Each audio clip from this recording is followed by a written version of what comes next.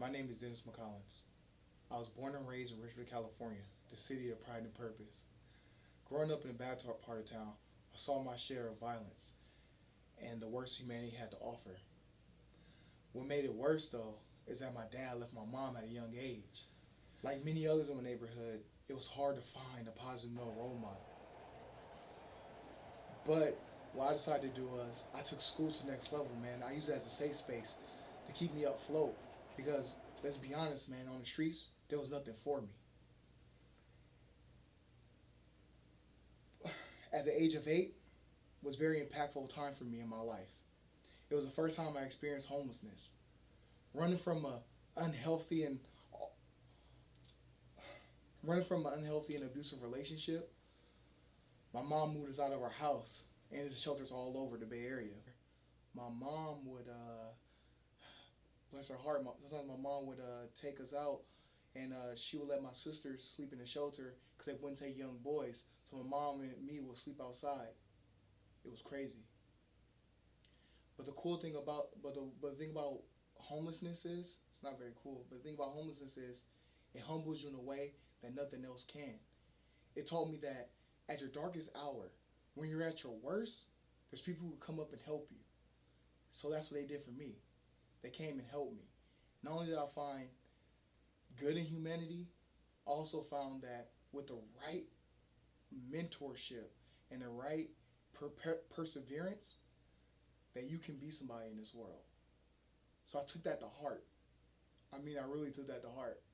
I mean, because I was homeless for so long at a young age, there was a lot of times where I missed a lot of school, trying to help my mom out.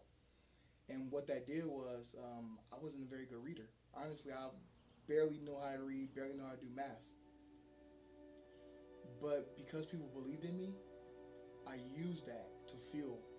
And I was able to, not only that I was able to graduate from college, not only did I graduate from high school at a good level, I was also able to go get into college. But after that, I was like, man, college ain't for me. There's no way somebody like me can get into college. There's no way. And then one day, I'm picking my boy up from one of his college classes, I met this girl. And not only did I fall in love with her, but I also fell in love with academics. She taught me that I can do whatever I can put my mind to. Today she's my wife, so she taught me how to study. She taught me how to write a good essay. So I used all the skills that she taught me and not only did I graduate from college, I was able to get my bachelor's and my associate's degree along with her. We walked the stage together, which was great.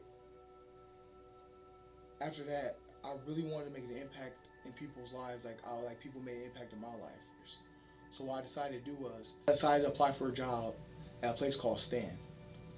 The cool thing about STAN is a domestic violence agency, and what its main focuses is, it focuses on young boys and young girls in at-risk neighborhoods like the one I grew up in. And the group is called PGR, Promoting Gender Respect. So what I do is, I create a community for young boys. We talk about violence, what it means to be a man, how to regulate your emotions, and what we really talk about is healthy relationships. The one thing I really push with my boys is the idea of choices. Like me, I had the choice. I grew up in a bad neighborhood. I grew up without a father. However, I chose to do the right thing. Because understanding your choices and the burdens of those choices means a lot. So what I try to do is push off to those young boys is that if you choose the right path, you can then choose to do whatever you want. And the outcome can come by just choice.